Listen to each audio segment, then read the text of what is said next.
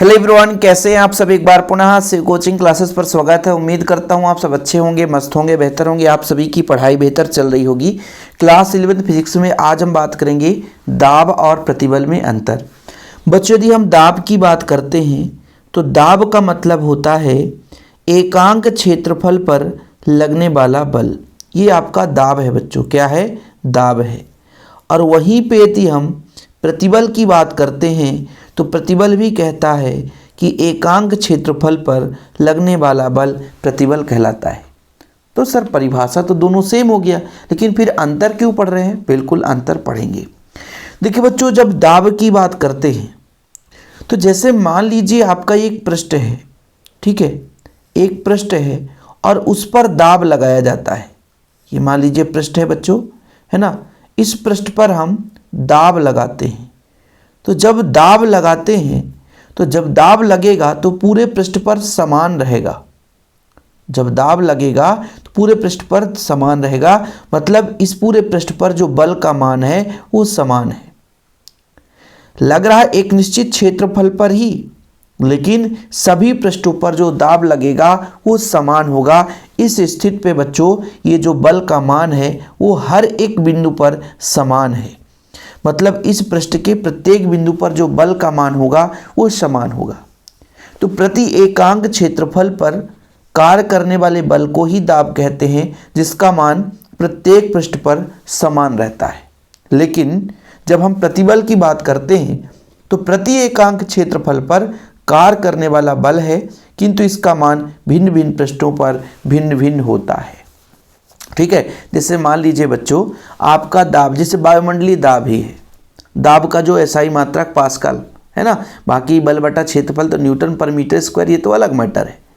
लेकिन जो वायुमंडलीय दाब है बच्चों, आपके शरीर के ऊपर भी दाब लग रहा है। किसी जल पे दाब लगाया जाए, किसी पृष्ठ पर दाब लगाया जाए, लेकिन वायुमंडलीय दाब हर जगह समान होगा। लेकिन जब हम प्रतिबल की बात करते हैं कि हम जब बल लगाते हैं, इसमें वायुमंडलीय दाब नहीं है, हम बल लगाते हैं तो हर एक सतह पर बल का मान भिन्न भिन्न होता है। तो प्रतिबल और दाब में डिफरेंस आपको समझ में आया। जैसे मान लीजिए किसी गैस के द्वारा ही कहीं पर दाब लगाया जाता है, तो गैस जहां भी दाब लगाएगा हर जगह समान दाब लगाएगा, यानी हर जगह समान उसके द्वारा बल लगाया जाएगा। लेकिन जब हम प्रतिबल की बात करते हैं तो एकांक क्षेत्रफल पर लगने वाला बल है, तो इसका मान भिन्न भिन्न स्थान पर भिन्न भिन्न होता है। इसीलिए तो नाम दिया गया, नहीं तो फिर दाब और प्रतिबल का अलग नाम ही क्यों होता? बोल देते भैया प्रतिबल एक दाब है, खत्म। लेकिन अलग अलग जगह पर परिभाषित करना पड़ता है हर चीजों को। इसलिए बच्चों दाब और प्रतिबल अलग अलग है। कि किसी गैस के द्वारा किसी वस्तु पर, दो तीन वस्तु पर जब दाब लगाया जाएगा तो लगभग हर एक वस्तु पर बल का मान समान होगा।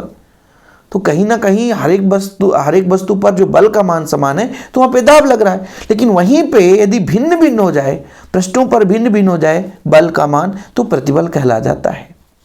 अब जो आपका दाब है बच्चों, इससे केवल और केवल आयतन बदलता है। समझ रहे हो आप लोग कि केवल और केवल आयतन परिवर्तन होता है, आकृति नहीं बदलता। लेकिन प्रतिबल हमारे द्वारा लगाया गया बल है, तो आयतन के साथ साथ आकृति भी बदल सकता है। समझ रहे हो ना? ठीक है।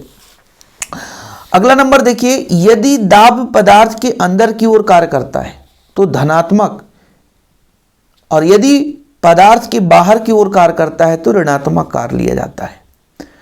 ठीक है।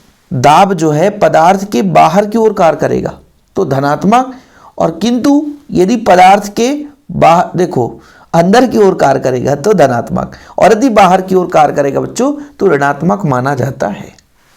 प्रतिबल हमेशा धनात्मक रहेगा। प्रतिबल का मान हमेशा धनात्मक ही रहता है। ठीक है, ऋणात्मक नहीं हो सकता। दाब के कारण आरोपित बल पृष्ठ के प्रत्येक बिंदु पर लंबवत होता है। जो दाब लगेगा कहीं भी लगेगा, तरल के द्वारा भी दाब लगाया जाता है, गैस के द्वारा भी दाब लगाया जाता है, ठोस के द्वारा भी दाब लगाया जाता है, कुछ ना कुछ दाब है। लेकिन जब भी दाब यदि मान लीजिए तरल के द्वारा किसी पृष्ठ पर लगेगा तो लंबवत ही लगेगा। लेकिन बच्चों प्रतिबल जरूरी नहीं है, वो किसी भी दिशा में लग सकता है, जरूरी नहीं कि लंबवत हो, समांतर भी हो सकता है। तो ये 4 अंतर तैयार करना है, प्रतिबल और दाब में अंतर। 11th के पर्पज से काफ़ी महत्वपूर्ण है। और जिन बच्चों को 11th का नोट्स चाहिए तो मेरे पर्सनल व्हाट्सअप नंबर 9685299149 9685299149 पर कांटेक्ट जरूर करें। फिलहाल अभी के लिए इतना ही। वीडियो पसंद आए तो लाइक करके शेयर कर दें। जय हिंद, वंदे मातरम।